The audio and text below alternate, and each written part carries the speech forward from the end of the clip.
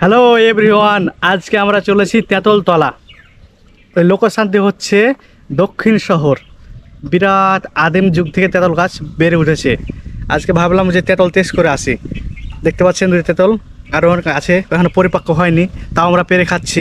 আপনাদের পুরো তেঁতুল গাছটা ঘুরিয়ে দেখাবো এবং তেঁতুল কী পরিমাণ ধরে আছে সবগুলো দেখাবো।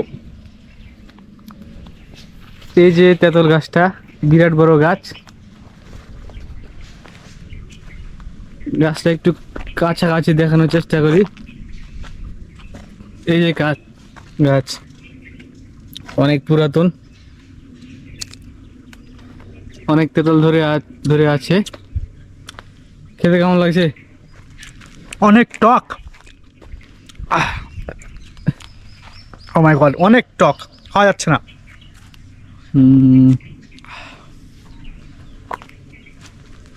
গাছটি অনেক পুরাতন নাকি? এটার বয়স কত হতে পারে? বয়স জানা নাই কত বয়স হবে গাছটার। পাকিস্তান আমলের হবে মনে হচ্ছে নাকি চাচা?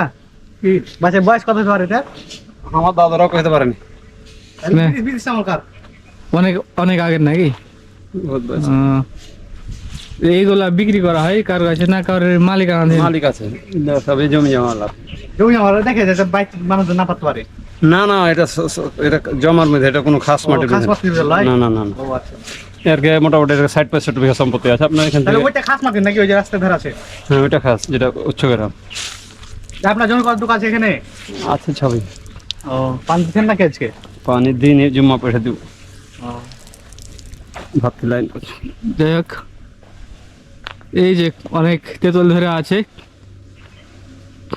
এখানে তেঁতুলের গাছে পাখির বাসাও আছে। এই যে পাখির বাসা একটা দেখতে পাচ্ছেন।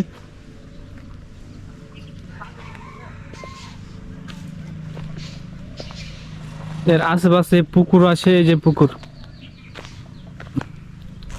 নাইম, কেমন লাগছে এখানে? এটা কি জন্য করা হয়েছে? এটা এখানে একটা পানির ট্যাঙ্ক করা ছিল, তো যেহেতু নষ্ট হয়ে গেছে এই কারণে এটা ফেলে রেখেছে। জায়গাটা অনেক অসাধারণ, ঠান্ডা পরিবেশ, মনোরম পরিবেশ। না না, এটাই করে আপনার খোল টোল ভিজিয়ে ও সরি, এটা হচ্ছে পুকুরে খোল ভিজা হয়, তারপরে এই যে খোল পুকুর। গলানোর পর পুকুরে দেওয়া হয়। ছোট্ট একটা পুকুর, পুষ্কুনি। এখানে সম্ভবত কি মাছ থাকতে পারে? পানি যে খোলা হয়ে আছে। জাপানি রুই, তেলাপিয়া বাটা। তেলাপিয়া বাটা, এগুলো। যাই হোক, এই যে একটা বাসা। আর গাছটা খুবই কিন্তু বড়। এই যে মগ ডাল এটার। আগে শুনতাম যে তেঁতুল গাছে নাকি ভূত বাস করে। আর এই গাছের থেকে 10 বছর আগে দিন তো পার হয়েছে, 12-15 দিন আগে ডাল হয়ে পড়াল, মোটা ডাল। একা একা হয়ে গেল। একে একে পুরে গেল। জি, এই তেঁতুল গাছে কি ভূত থাকে না থাকে না, আপনি কি মনে করেন? যত রকমের যন্ত্র থাকে, থাকে নাই কথা কই না। আর মনে থাকে তো দিনের বেলা আসলে তো কিছু হয় না। না, রাত্রেও আমরা থাকবো আল্লাহর মতে।